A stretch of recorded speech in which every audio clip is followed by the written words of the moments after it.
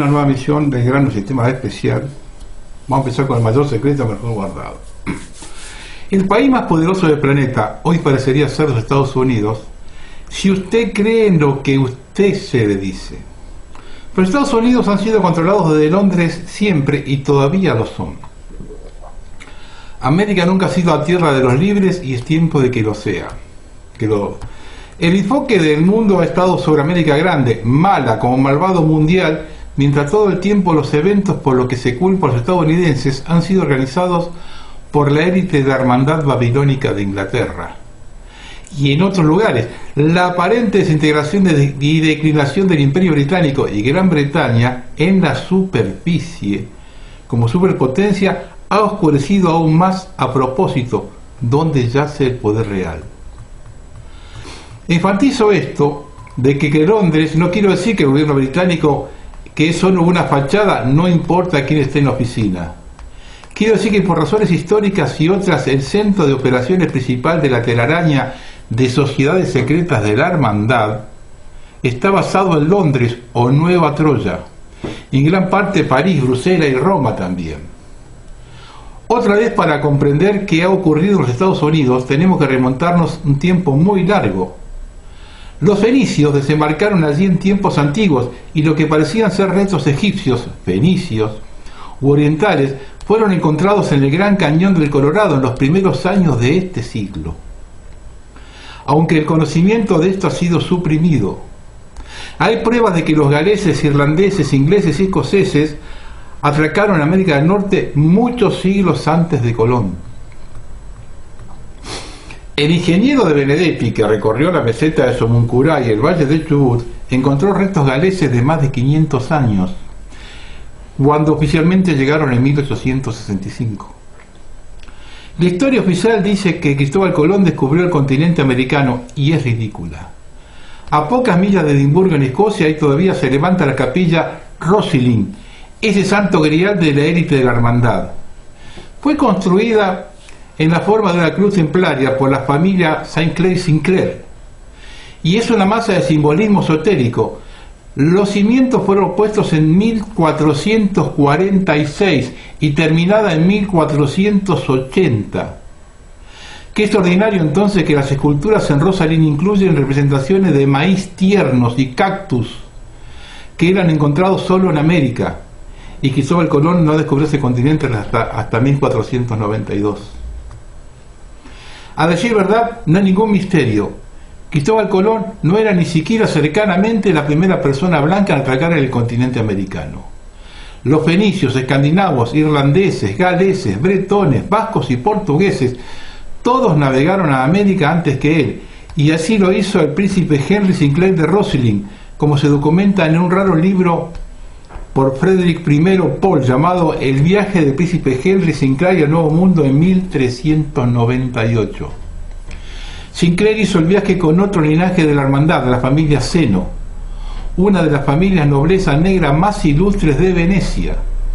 Sinclair y Antonio Seno atracaron lo que hoy llamamos Newfoundland, Terra Nova, literalmente tierra nueva encontrada, y se internaron en Nueva Escocia en 1398. Las descripciones de Antonio en sus cartas de la tierra que encontraron correspondientemente, perfectamente y en detalle, con un área de depósitos de brea, asfalto en el condado de Pictou, Nueva Escocia, no lejos del pueblo actual de Nueva Glasgow. Sinclair siguió para desembarcar en lo que es ahora Nueva Inglaterra, en Massachusetts, en un lugar llamado Prospect Hill, en Watford, a 40 kilómetros de Boston. Una representación de una espada y un caballero en armaduras han sido encontrados en la roca. P.C. Lethbridge, el conservador del Museo de la Universidad de Arqueología y Etnología en Cambridge, Inglaterra, dijo que las armas, la armadura y emblemas heráldicos eran los de un caballero de fin del siglo XIV del norte escocés. Y un pariente del primer Sinclair, conde de O'Kenney, la hermandad había sabido de América durante cientos de años, y Cristóbal Colón fue usado para hacer el descubrimiento oficial con el propósito de que la ocupación del continente americano pudiese comenzar. Esta es la historia de cómo fue hecho. Después de la purga de 1307, muchos templarios partieron de Francia a Escocia, como hemos visto. Pero otros fueron a Portugal, donde operaron bajo el nombre de los Caballeros de Cristo, enfocándose principalmente en actividades marítimas. El gran amo más famoso de los Caballeros de Cristo era el príncipe Enrique el Navegante, que vivió entre 1394 y 1460. El término navegante o nautier fue usado por los caballeros templarios y el priorato de Sion para desnotar a un gran amo, y por lo tanto no sorprendentemente fue continuado por esta fachada templaria, los Caballeros de Cristo. El príncipe Enrique era un explorador marítimo de sangre real y fueron sus marineros los que descubrieron Madeira y las Azores, dos posibles restos de Atlántida. Debido a sus conexiones y a los conocimientos secretos de la hermandad, tenía acceso a muchos mapas compilados de los viajes de los fenicios y otros, incluyendo aquellos que trazaban la existencia del continente americano. Solo un poco más de 20 años después de que Colón zarpó para el continente americano, el almirante turco otomano Piri Reis dibujó un mapa de cómo lucía la masa de tierra de la Antártida 300 años antes de que este continente fuera descubierto oficialmente. La exactitud de su mapa ha sido confirmada por técnicas modernas. ¿Cómo pudo hacer eso? Dijo que el mapa de otros más tempranos, las mismas fuentes disponibles para el príncipe Enrique el Navegante y los Caballeros de Cristo, caballeros templarios. Esto se vuelve sumamente importante cuando usted se da cuenta de que uno de los capitanes de marina mercante del príncipe Enrique y un caballero de Cristo era el suegro de Cristóbal Colón. Él no estaba buscando la India, supo dónde estaba yendo todo el tiempo. Esto es el porqué de que tantos exploradores marítimos y circunnavegadores del mundo como Vasco da Gama y Américo Vespucio vinieron desde Portugal. Como el historiador masónico Manly P. Hall ha explicado, Colón estaba conectado con la red de sociedades secretas de Génova e Italia del Norte, el bastión de la nobleza negra veneciana fenicia. Fue en cierto momento empleado por René d'Anjou de la Casa de Lorena, un miembro de la hermandad babilónica y un hombre con interminables contactos a través de Europa, incluyendo Génova y Venecia. Colón era un miembro de un grupo inspirado por las creencias del poeta Dante, que era un activo cátaro y templario, y la bandera de Colón, que Colón arboló en sus embarcaciones en ese viaje al continente americano, era la cruz roja sobre el fondo blanco. El apoyo crucial para Colón vino de dos altos iniciados de la red de la Hermandad de Babilonia, Lorenzo de Médicis, una de las familias venecianas más poderosas, el artista Leonardo da Vinci, un gran amo del priorato de Sion. 5 años después de que Colón atracó en el Caribe, un italiano conocido como Juan Caboto zarpó del puerto templario de Bristol, en el oeste de Inglaterra, para descubrir oficialmente Terra Nova, Nueva Escocia y América del Norte. El nombre Bristol evolucionó a partir de Barati y fue una vez llamado Scaer Brito. Bristol era un centro para los caballeros templarios y el área de la ciudad hoy llamada Temple Metz se relaciona con eso. Caboto fue apoyado por Enrique VII de Inglaterra y su hijo de Caboto, Sebastián, nacido en Venecia, era un explorador y cartógrafo para Enrique. Sebastián también navegó la bahía de Hudson en Canadá y condujo una expedición para los españoles al sur de América. Los Gabotos dijeron que estaban buscando Asia. Las expediciones de los españoles a Sudamérica y las británicas francesas a América del Norte fueron todas coordinadas por la misma fuente, ramas de la hermandad. La historia oficial no conecta a Gaboto con Colón, pero no por falta de evidencia. El nombre real de Juan Gaboto era Giovanni Gaboto. Era un veneciano naturalizado que vino desde Génova, la misma ciudad desde donde Colón operó al mismo tiempo que Gaboto estaba allí. Manly P. Hall, un masón de alto grado, él mismo dijo que ambos estaban conectados con las mismas sociedades secretas y hombres sabios de Oriente. Los exploradores que abrieron el Nuevo Mundo operaron desde un plan maestro y eran agentes del redescubrimiento en vez de descubridores. Poco se sabe sobre el origen, vida, caracteres y política de estos aventureros intrépidos. Aunque vivieron en un siglo ampliamente provisto con historiadores y biógrafos, estos vieron mejor o quedarse silenciosos o inventar relatos plausibles sin sustancia. Por supuesto que lo hicieron. No querían que las personas supieran la verdad de que era todo un engaño y parte del programa de la hermandad a largo plazo. Durante los próximos 4 siglos, los países de Europa controlados por la hermandad, particularmente Gran Bretaña, pero también incluyendo los holandeses, franceses, belgas, españoles, portugueses, alemanes y otros, saquearon el planeta, apoderándose del mundo, en efecto, y ampliaron el control aéreo como nunca antes. Típicos de la mentalidad y los métodos empleados eran aquellos de Hernando Cortés, que condujo la toma española de América Central después de Colón. Los pueblos nativos tenían su propio sistema de medir el tiempo y tenían una fecha en la que esperaban el regreso de su dios, Quetzalcóatl. En muchos sentidos su versión de Jesús. Las historias contadas sobre Jesús en el Medio Oriente y Europa y la de Quetzalcóatl en América Central eran básicamente las mismas. La fecha del esperado segundo advenimiento del dios blanco, Quetzalcóatl, era en el tiempo europeo 1519, y ellos creían que estaría llevando atuendo de acuerdo con su apodo de la serpiente emplumada.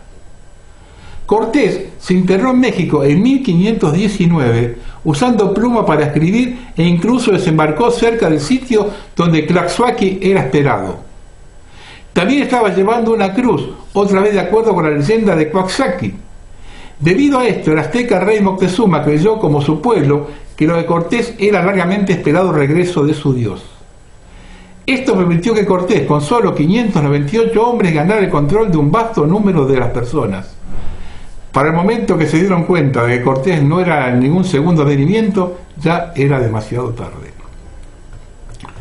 Entre las conquistas españolas estaban las tierras de los incas y los mayas, y gran parte de su conocimiento fue perdido o destruido sistemáticamente. Lo mismo ocurrió en América del Norte, donde los europeos mataron incalculables números de americanos nativos y prácticamente borraron esa cultura de la faz de la tierra. Los pueblos nativos de África, Australia, Nueva Zelanda y otras partes sufrieron un destino similar. Los arios se apoderaron del mundo a través de estos imperios británicos europeos y donde fueron el conocimiento de la vida y la historia fue robado o destruido.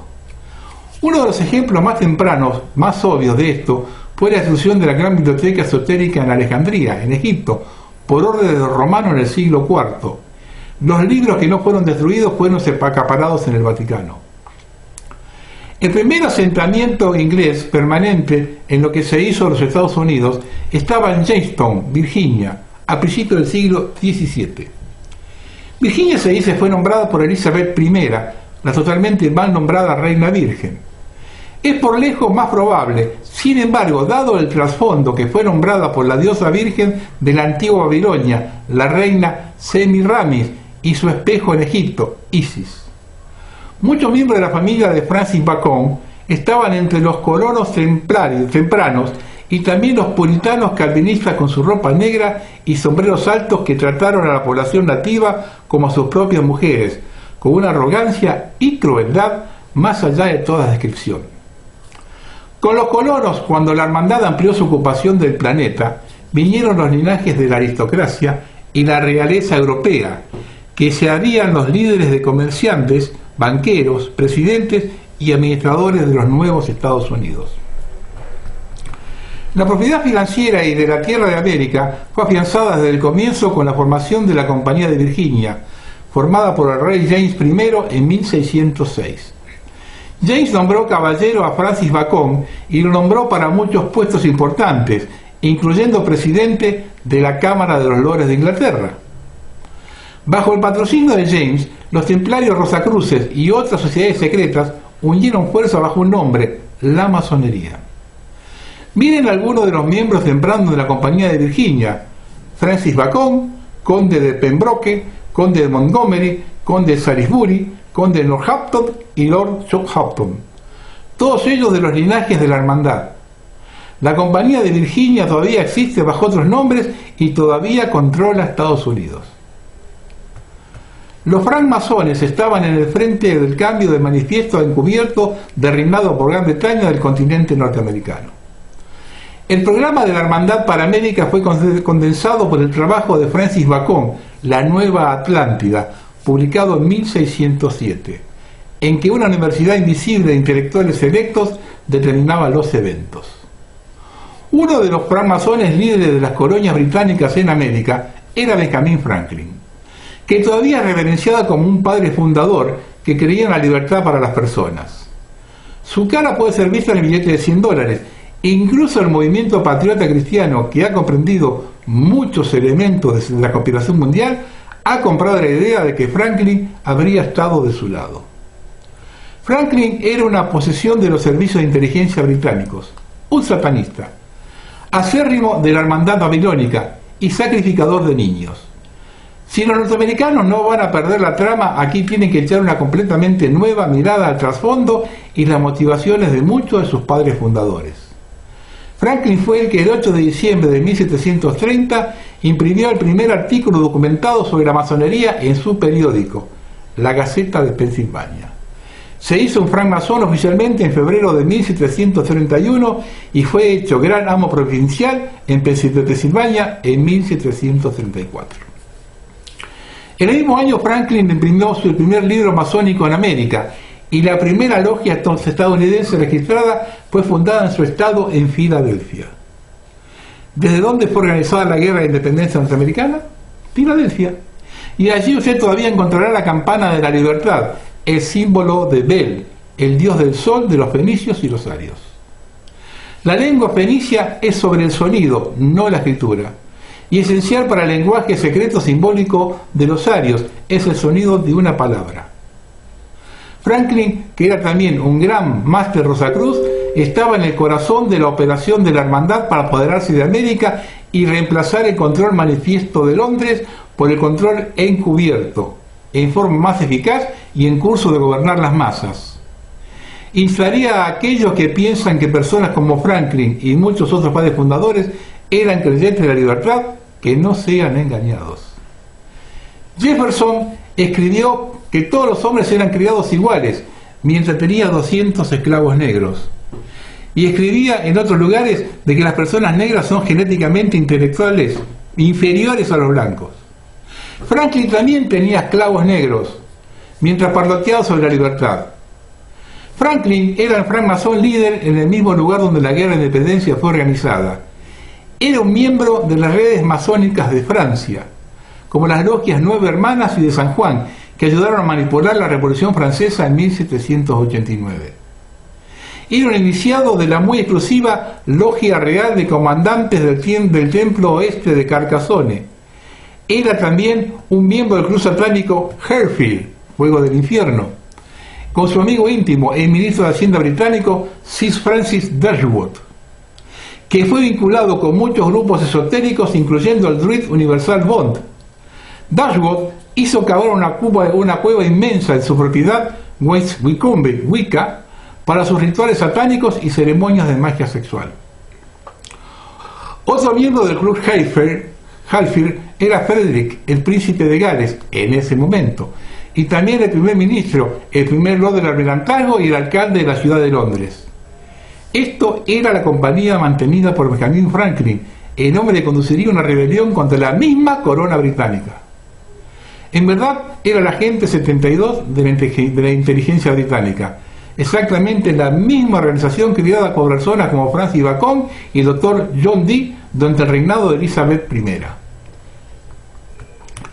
En 1998, excavaciones bajo la anterior casa de Franklin, en el 36 de Cavan Street, cerca de Trafalgar Square, en Londres, encontraron los restos de 10 cuerpos, 6 de ellos de niños, y han sido fechados a la época en la que Franklin vivió ahí. La historia de cobertura parece ser que él y su compañero de casa deben haber estado en el robo de tumbas o compra de cuerpos para investigación médica, dado que Franklin era un miembro de un grupo involucrado en sacrificios de ritual, de acuerdo con los rituales antiguos de la hermandad babilónica.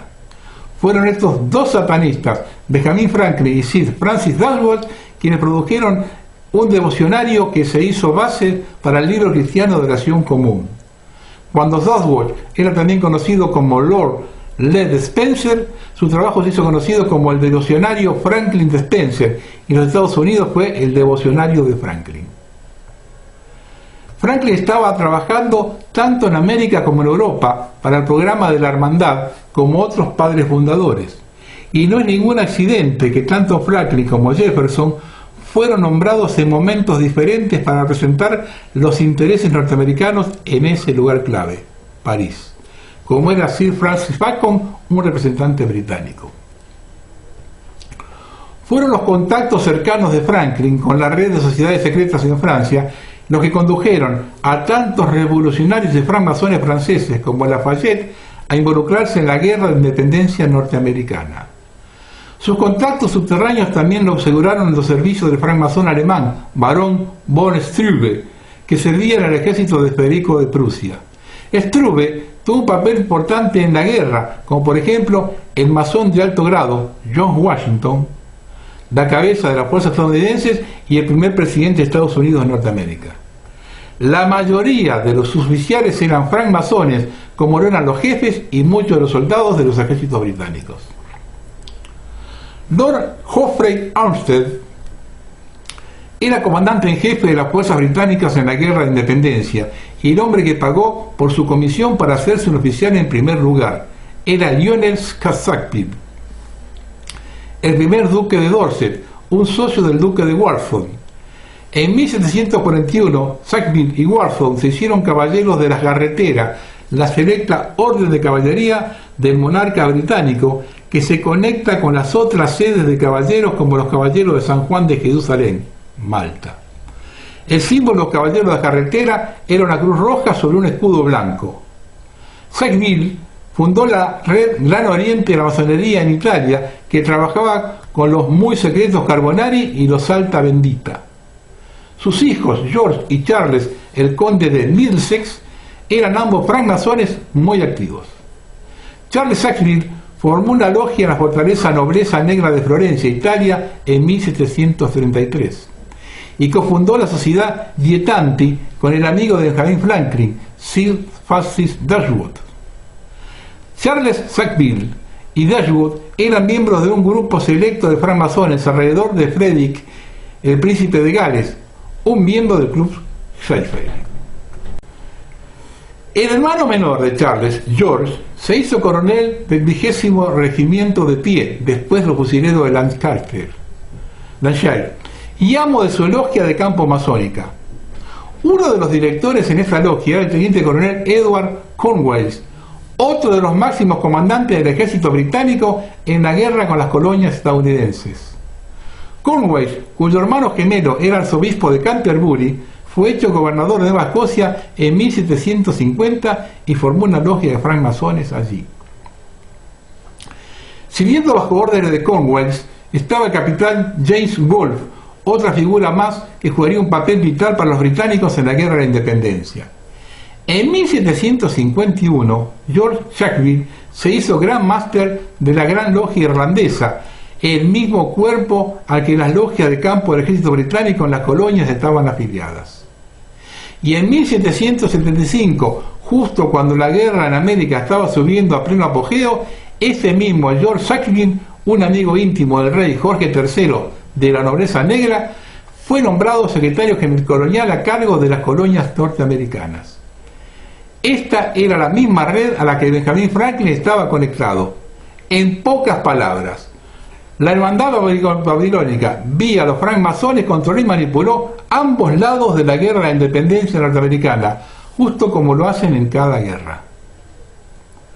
Como los historiadores han documentado, la operación militar y naval británica durante la guerra de independencia fue increíblemente inepta. No fue que las colonias ganaron la guerra, fue que los británicos eligieron perderla. Ahora podemos ver por qué, y las vías a través de las que esto fue hecho posible.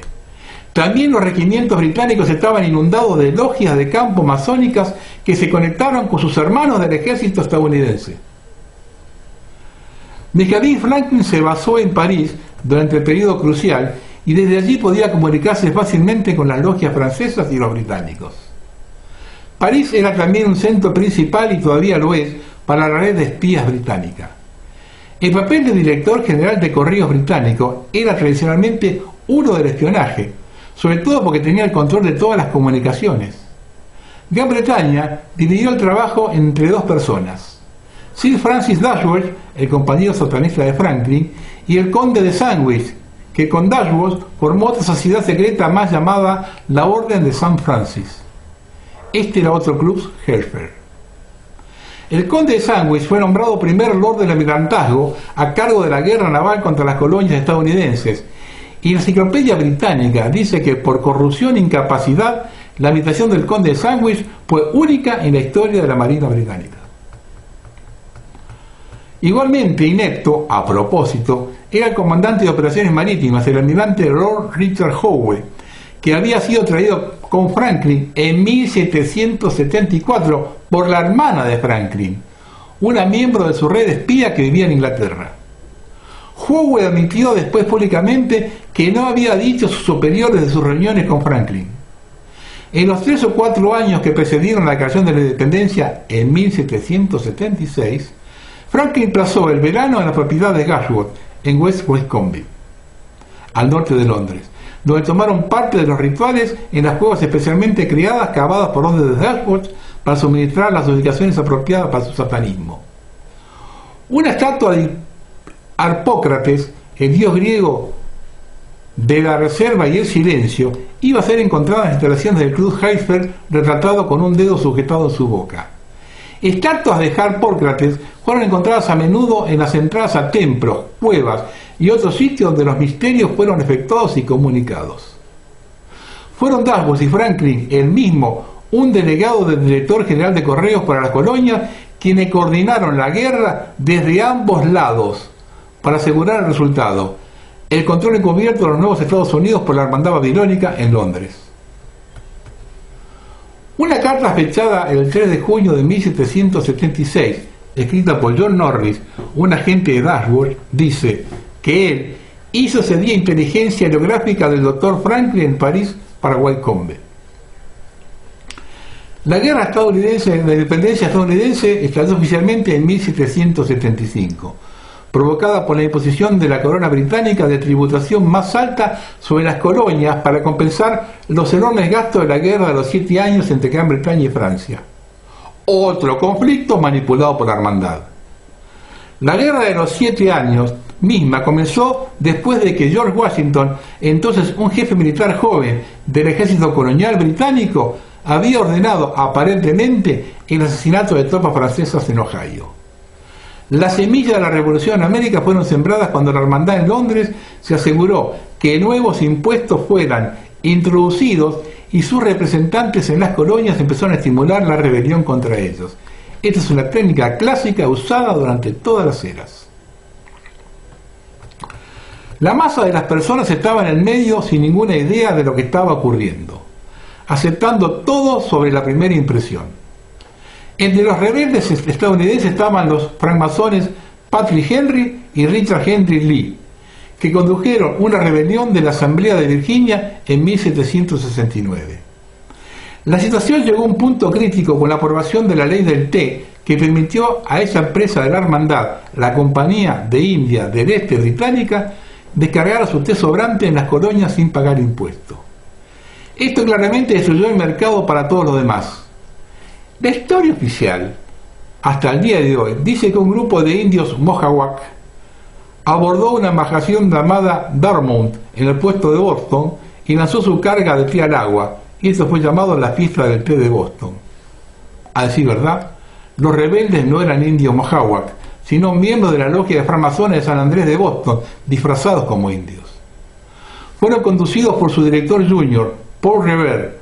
Este evento no podría haber concurrido sin el apoyo de las milicias coloniales controladas por los británicos, que habían sido destacados para proteger el Dartmouth. El capitán del destacamento, Edward Proctor, era un miembro de la logia de San Andrés. Esta logia fue la primera en el mundo en otorgar un nuevo título masónico llamado el grado caballero templario. El gran amo Joseph Warren fue nombrado Gran Máster de toda América del Norte por la Gran Logia de Escocia.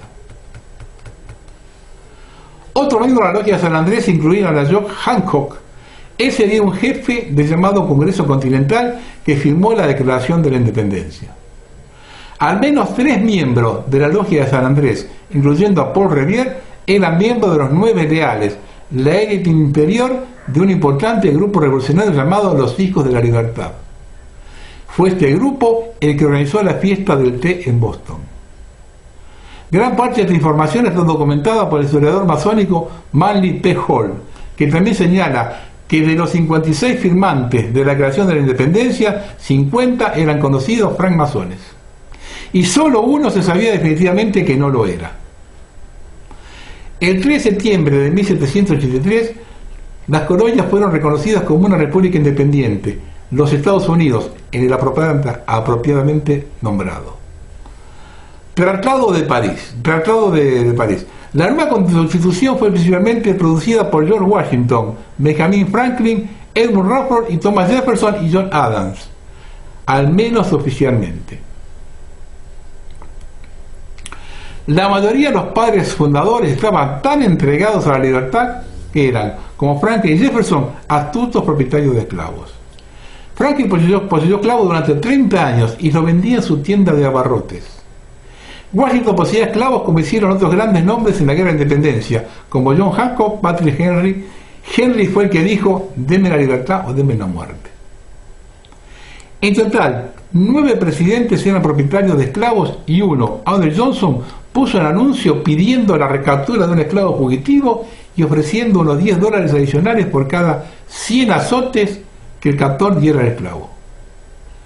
Edmund Randolph, un socio cercano y asistente para George Washington y después Gran Máster de la Gran Logia de Virginia, fue nombrado el primer procurador general y secretario de Estado de los Estados Unidos. Randolph fue el que propuso un sistema de gobierno central basado en la estructura largamente propuesta por la Universidad Invisible y la red de Francis Bacon. La mayoría de los estadounidenses creen que la Constitución fue compilada para asegurar la libertad, pero fue formulada cuidadosamente para crear escapatorias a través de las que el programa de la hermandad pueda montarse. Para empezar, dice que si el presidente veta un proyecto de ley aprobado por el Congreso, la legislación regresa a la Cámara de Representantes y al Senado, y para invalidar el veto presidencial tiene que ser votada otra vez por una mayoría de al menos 2/3 de ambas cámaras. Esto quiere decir que usted solo tiene que controlar al presidente y 1/3 de una cámara, e impide cualquier legislación hacerse ley. ¿Qué arma más poderosa se podía tener dentro de una sociedad libre para defender su status quo y para parar los desafíos de su poder? Los patriotas creen que la creación de dinero por los bancos privados es inconstitucional en los Estados Unidos, porque la Constitución dice que el Congreso debe crear la moneda, pero no dice eso. El artículo 1, sección 8 dice: el Congreso tendrá el poder de acuñar dinero y regular el valor de eso. No dice, a propósito, que solo el Congreso tendrá ese poder, ni que tiene que usar ese poder. La sección 10 dice que ningún Estado acuñará dinero y que las monedas de oro y de plata serán el único pago de deuda. ¿Así que el papel moneda debe ser inconstitucional? No. Un área de Maryland fue dada de nuevo al nuevo Congreso para crear el distrito, no el Estado, el Distrito de Columbia, para la nueva capital federal llamada Washington, D.C. Dentro de este distrito está el Banco Central Privado de América, la Reserva Federal, que emite el papel moneda de la nación. El Distrito de Columbia está eficazmente separado de muchas de las cláusulas de la Constitución que son aplicables a los Estados Unidos. Los principales padres fundadores habrían sabido eso. El primer presidente, George Washington, que se sentaba en una silla con un sol naciente esculpido en la parte posterior, un símbolo antiguo de la religión del sol árida. Era gran máster de la logia de francmasones en Alejandría, cerca de Washington, D.C. Cuando debutó como presidente el 30 de abril de 1789, el día antes del día ritual principal de la hermandad, 1 de mayo o el 1 de mayo, el juramento fue tomado por Robert Livingston, el gran amo de la Gran Logia de Nueva York. La ceremonia fue ritual completamente masónica, llevado a cabo por francmasones. Una gran procesión incluyó a Washington y oficiales e iniciados de logias estadounidenses en sus galas. Como la mayoría de los padres fundadores líderes, Washington era de un linaje aristocrático inglés, y uno de sus antepasados era un caballero inglés del siglo XII, la época en que los templarios fueron formados, y otro era un pariente del duque de Buckingham, que había luchado por la corona en la guerra civil inglesa. Washington fue solo el primer ejemplo de cómo la hermandad babilónica, basada en Gran Bretaña, ha usado sus linajes para gobernar los Estados Unidos desde ese día hasta hoy. Miren la genealogía de presidentes norteamericanos, políticos, líderes, magnates de banca y empresa, jefes militares, propietarios de medios de comunicación, funcionarios públicos, jefe de la agencia de inteligencia, etcétera, etcétera, etcétera, y encontrarán que vienen de los mismos linajes que pueden ser trazados hacia atrás hasta las familias reales y aristocráticas británicas, europeas y sus orígenes en Medio y Cercano Oriente de la época de Sumeria y Babilonia. Dos ejemplos. Al menos 33 de los primeros 42 presidentes han estado relacionados con el rey Alfredo el Grande, 849-899, de Inglaterra, y Carlomagno, 748-14, el famoso monarca de Francia, y 19 presidentes están relacionados con el rey Eduardo III, de 1312 a 1377 de Inglaterra, que tiene 1000 conexiones de sangre al príncipe Charles, hoy rey Charles. George Bush y Barbara Bush son ambos de la misma línea aristocrática británica, entre otros. Viene del linaje de Pierce, que cambió su nombre por Percy, después de huir de Inglaterra como consecuencia de la conspiración de la pólvora para volar el Parlamento inglés. Los Bush se casaron por genética, como las familias del establishment este de los Estados Unidos, siempre han hecho de acuerdo con sus pares, parientes de sangre real y aristocracia en Europa. E incluso Bill Clinton y Bob Dole, que se pusieron en la elección presidencial de 1996, son primos distantes. Pueden seguir su ascendencia hasta el rey Enrique III de Inglaterra, que reinó entre 1227 y 1273, durante los años de la preeminencia templaria, y al presidente de los Estados Unidos, William Henry Harrison y Benjamin Harrison. Esta información viene de la publicación Burke's Peerage, que sigue el linaje de familias reales y aristocráticas. Clinton tiene por lejos más sangre real que Dole, y es directamente descendiente del mismo linaje de la casa de Windsor, cada monarca escocés y el rey Roberto I de Francia. Este es el porqué de que fue la elección de la hermandad. Harold Buchbaker, director general de Booker's Peerage, dijo: el candidato presidencial con el número mayor de genes reales ha sido siempre el vencedor, sin excepción, desde George Washington. ¿Qué estadística tan asombrosa de genes reales? La misma tribu que controló Europa solo se expandió en el continente americano y lo llamó la libertad. Los Estados Unidos nunca han sido líderes del control de Londres. De hecho, fueron la creación de Londres. Gran Bretaña y la corona británica han poseído siempre, sí, poseído los Estados Unidos. En 1604, un grupo de políticos líderes, hombres de negocios y comerciantes, fabricantes y banqueros se encontró en Greenwich, entonces condado inglés de Kent, y formó una corporación llamada la Compañía de Virginia, en previsión del influjo inminente de europeos blancos, principalmente británicos al principio, en el continente norteamericano. Su accionista principal era el rey James I, y la escritura de constitución original para la compañía fue terminada el 10 de abril de 1606. Esto y actualizaciones posteriores para la escritura de constitución establecieron lo siguiente. La Compañía de Virginia comprendía dos ramas, la Compañía de Londres y la Compañía de Plymouth o Nueva Inglaterra. La anterior fue responsable por la primera colonia permanente en América en Jamestown, el 14 de mayo de 1607, y la última eran los llamados Padres Peregrinos, que llegaron a Cape Cod con la embarcación Mayflower en noviembre de 1620, y fueron a desembarcar en el puerto de Plymouth el 21 de diciembre. Los peregrinos del mito histórico estadounidense eran de hecho miembros de la segunda rama de la Compañía de Virginia, llamada la Compañía Nueva Inglaterra. La Compañía de Virginia poseía la mayor parte de la tierra de lo que hoy llamamos Estados Unidos, y cualquier tierra hasta 1.448 kilómetros de la costa. Esto incluía Bermudas, de la mayor parte de lo que ahora es conocido como las Islas del Caribe.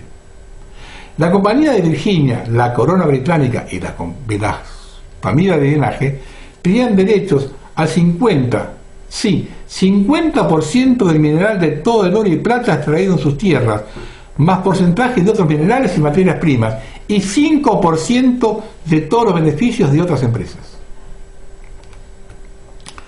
Estos derechos, las cartas constitucionales detallaron, serían traspasados a todos los herederos de los dueños de la Compañía de Virginia y por consiguiente se continuarían aplicando para siempre. Los miembros controladores de la Compañía de Virginia que iban a disfrutar estos derechos se hicieron conocidos como el Tesorero y Compañía de Aventureros y Plantadores de la ciudad de Londres. Después de los primeros 21 años de la formación de la Compañía de Virginia, todos los derechos, impuestos e impuestos indirectos pagados sobre las actividades comerciales en las colonias tenían que ser pagados directamente a la colonia británica, a través del tesorero de la corona. Ningún comerciante podía explotar artículos fuera de las colonias sin el permiso de la corona británica, y hacerlo involucraría en el embargo de todos sus artículos y la embarcación o vehículo que los llevaba. Las tierras de la Compañía de Virginia fueron concedidas a las colonias bajo un hecho de confianza en arrendamiento, y por lo tanto no podían reclamar la propiedad de la tierra. Podían traspasar el uso perpetuo del derecho de confianza a sus herederos o vender el uso perpetuo, pero nunca podían poseerla. La propiedad fue conservada por la corona británica. Las tierras coloniales iban a ser gobernadas por 2 consejos coloniales, cada uno con 13 miembros, ese número otra vez. Pero el Consejo de los Reyes en Londres tenía la voz final en todas las decisiones. El monarca británico en el trono también elegía al gobernador de las colonias estadounidenses, a quien hoy llamaríamos presidente. El monarca, a través de sus consejos para las colonias, insistía en que los miembros de las colonias impusieran la religión cristiana sobre todas las personas, incluyendo los americanos nativos. Si los americanos nativos no aceptaran la religión cristiana, tendrían que ser forzados a hacerlo, insistía la corona. Esa era la orden para destruir la cultura y conocimiento de los pueblos nativos en América del Norte y también para mantener a los colonizadores blancos bajo el yugo cruel del terrorismo cristiano difundido por los calvinistas puritanos. Era una licencia libre para matar, torturar y raptar a los pueblos nativos con completa inmunidad de juicio. Los juzgados en lo penal de las tierras de la Compañía de Virginia iban a ser operados bajo el derecho marítimo, la ley del mar y los tribunales civiles bajo el derecho común, la ley de la tierra. Este es un punto crucial. Ahora entiendan esto. Todo lo anterior se aplica hasta hoy. Lean estos porcentajes una vez más y deje que la magnitud de esto penetre. Después que las originales 13, otra vez 13, colonias estadounidenses ganaron su independencia y un país independiente fue constituido después de 1783, la Compañía de Virginia solo cambió su nombre a los Estados Unidos de América. Vean que hay 2 USA. Los Estados Unidos de América con una U y S minúscula son las tierras de varios estados. Estas tierras, como hemos visto, todavía son poseídas por la corona británica como la cabeza de la antigua Compañía de Virginia. Luego están los Estados Unidos de América con U y S mayúscula, que son los 176 kilómetros cuadrados de tierra al oeste del río Potomac, sobre la cual se construyó la capital federal, Washington D.C. y el Distrito de Columbia. También incluye los protectorados de Estados Unidos de Guam y Puerto Rico.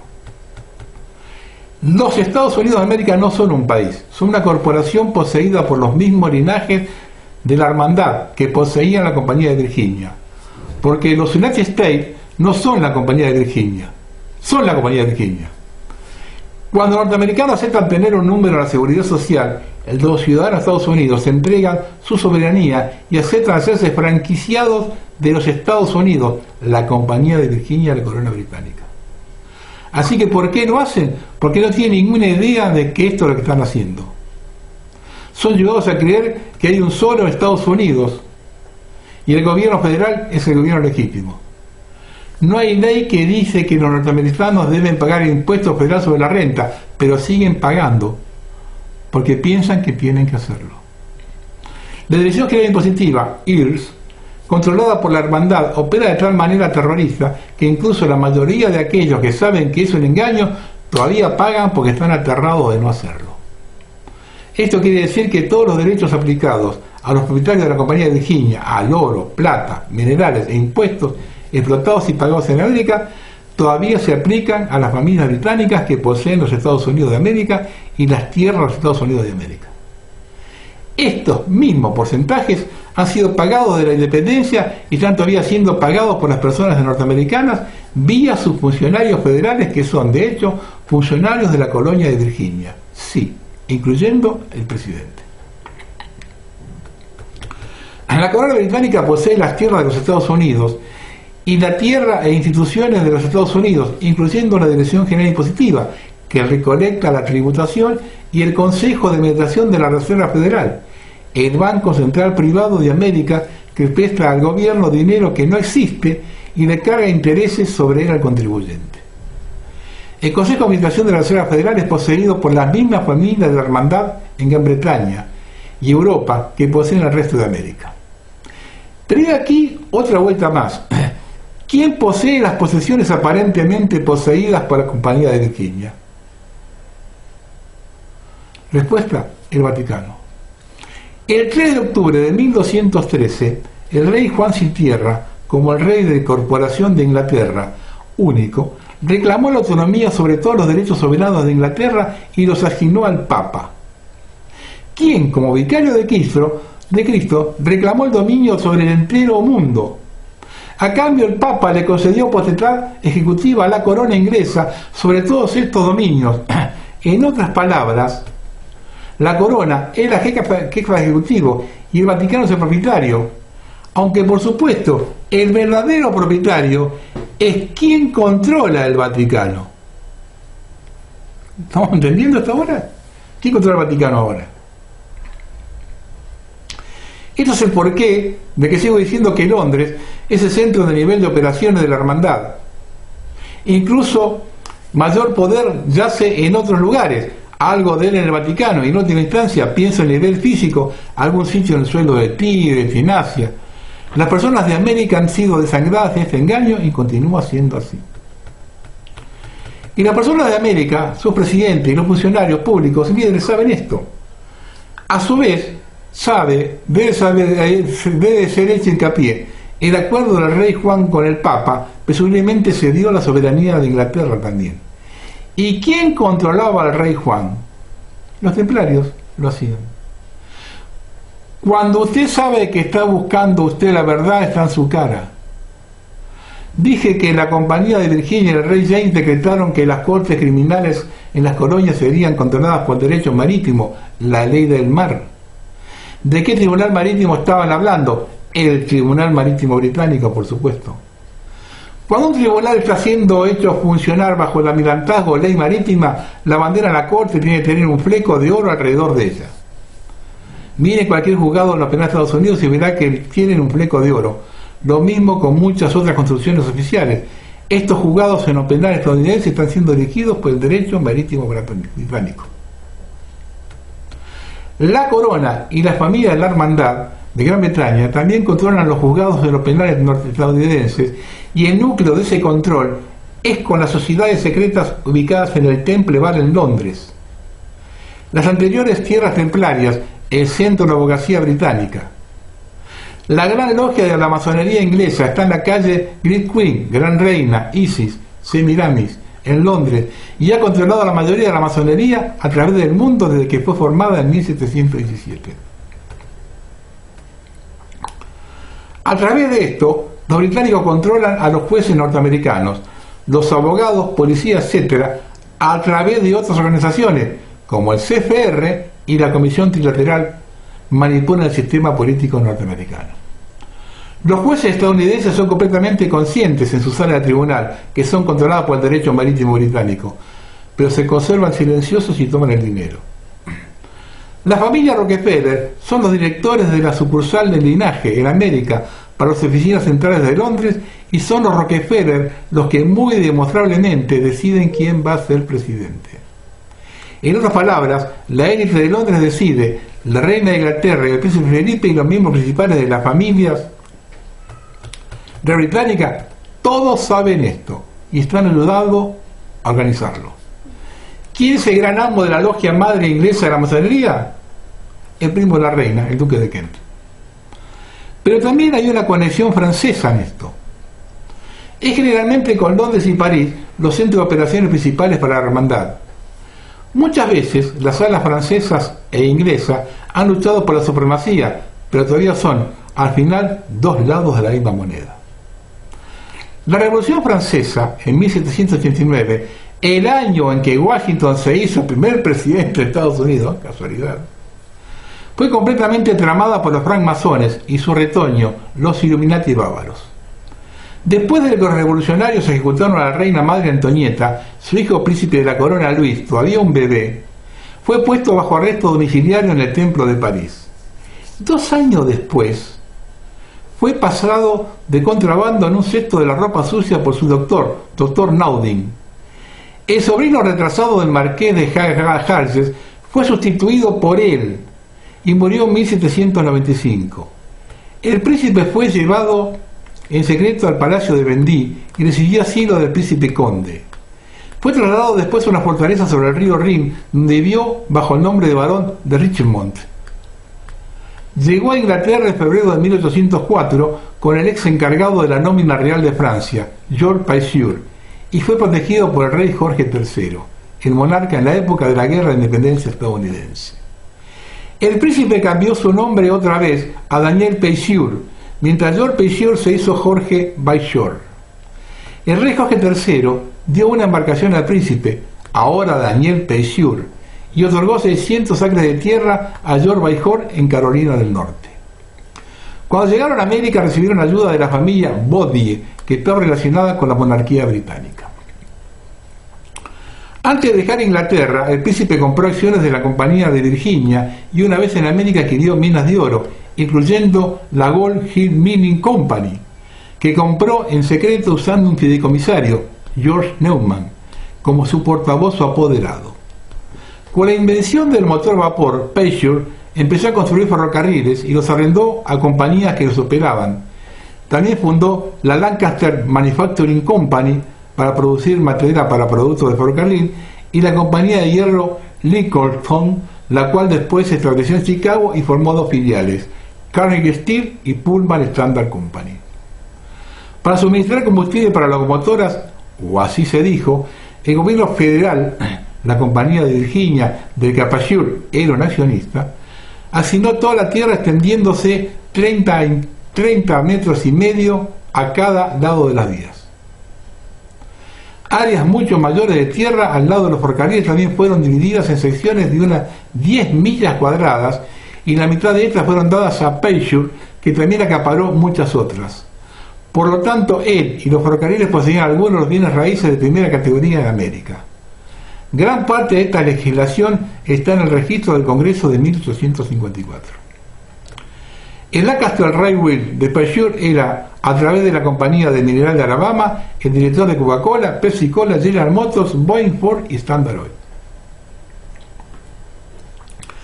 Después de la Guerra Civil estadounidense, manipulada en la década de 1860, todos los ferrocarriles y bienes raíces poseídos por los partidarios de los perdedores, los Confederados del Sur, fueron confiscados y subastados en Wilmington, Carolina del Norte.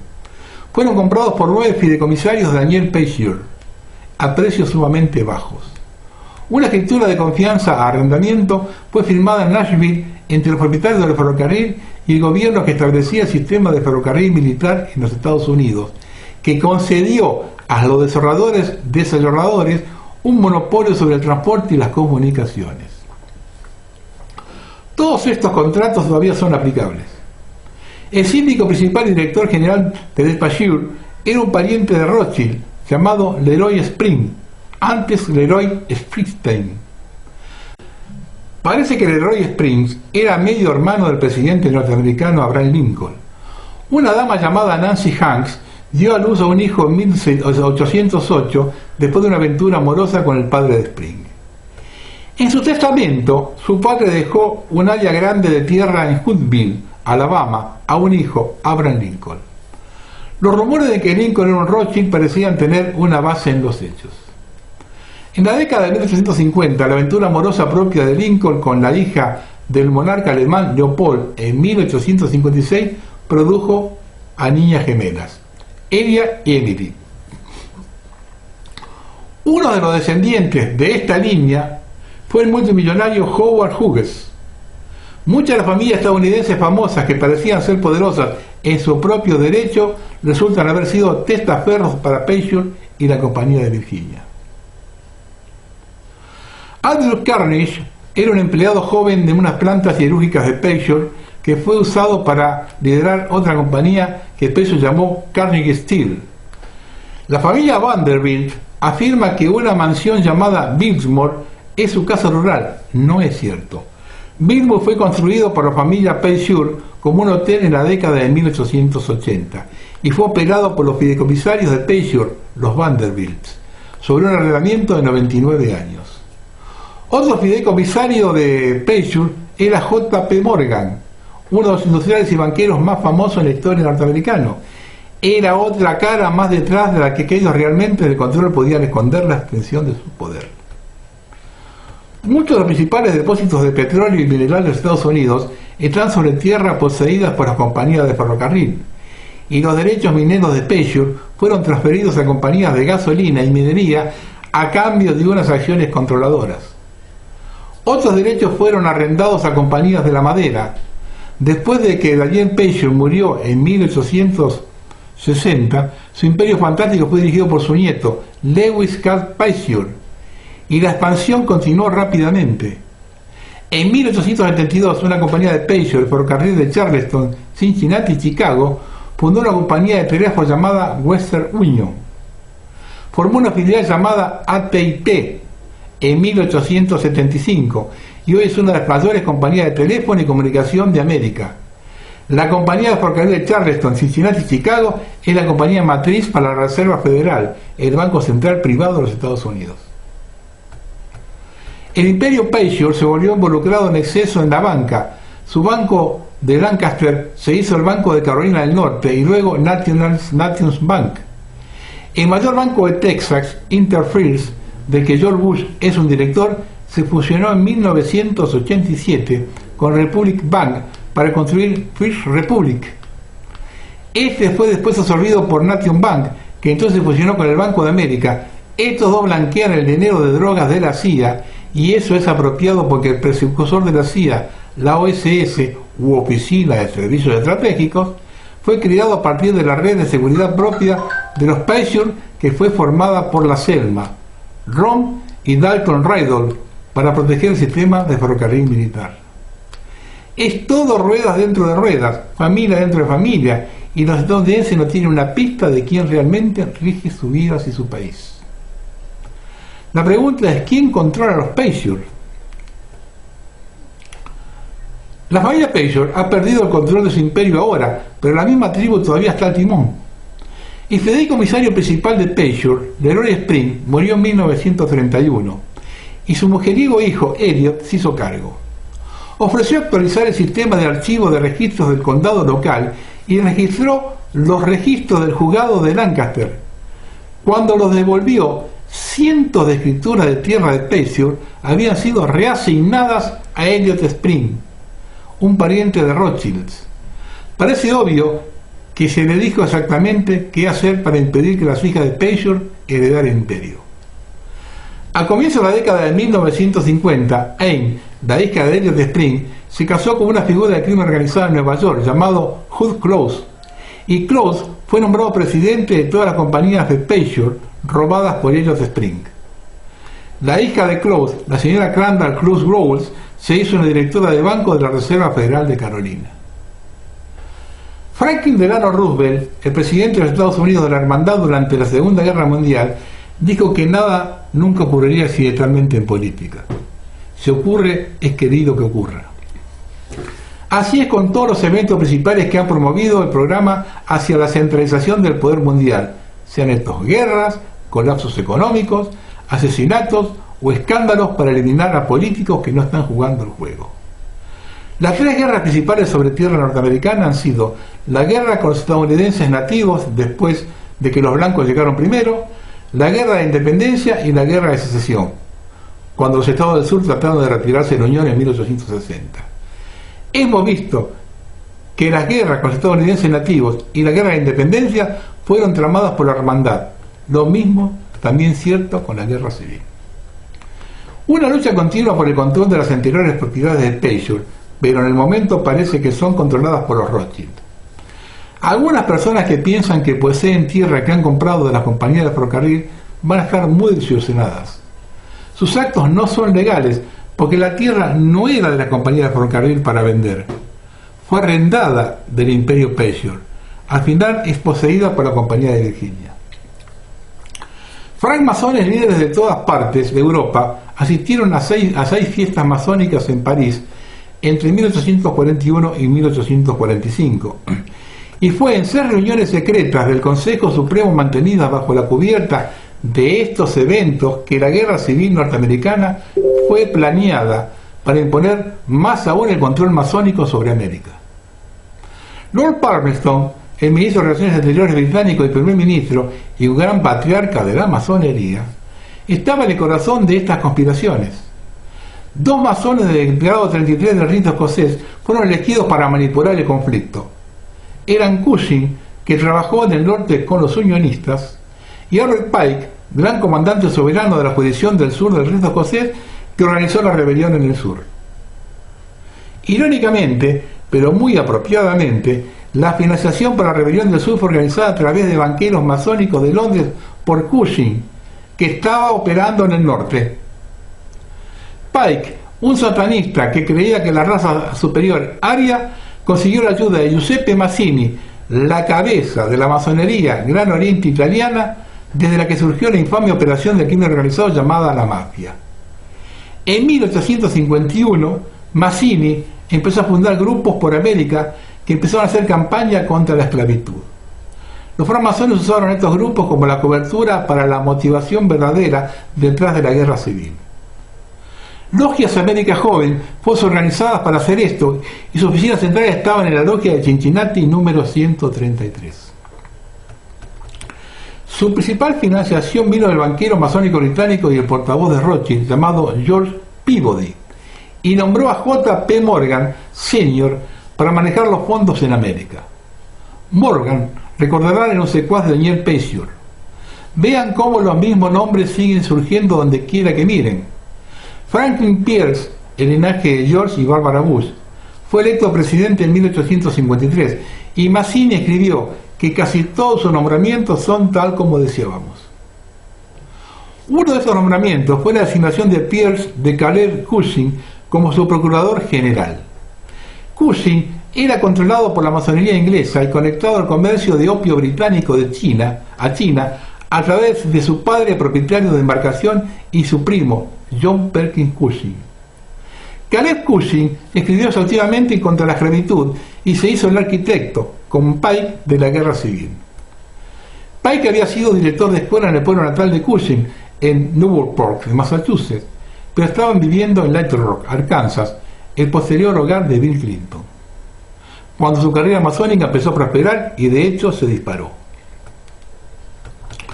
Un grupo crucial de la élite detrás de la guerra civil eran los Caballeros del Círculo Dorado, otra vez ubicado en Cincinnati, Ohio.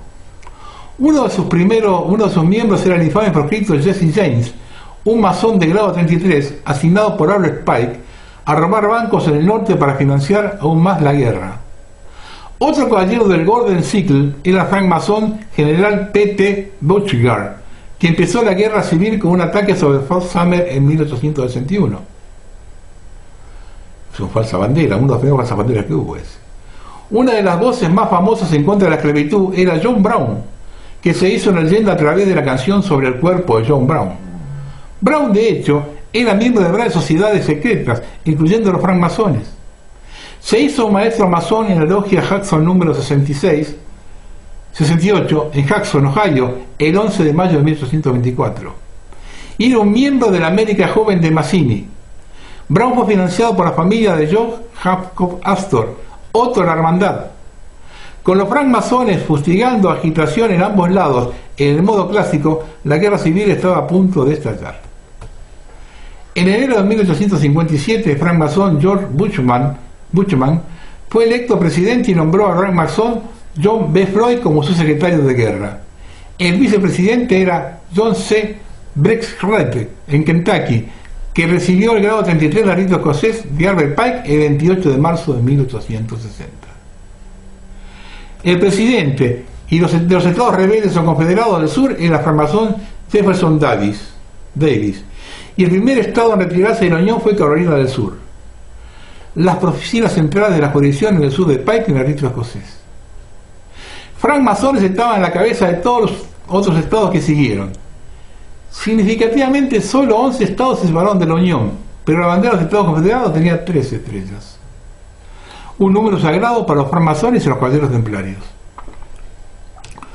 Cuando Abraham Lincoln se hizo presidente de los estados de los unionistas en el norte el 4 de marzo de 1861, les fue ofrecido respaldo financiero para la guerra por las mismas personas que estaban financiando el sur, los banqueros masónicos de Londres.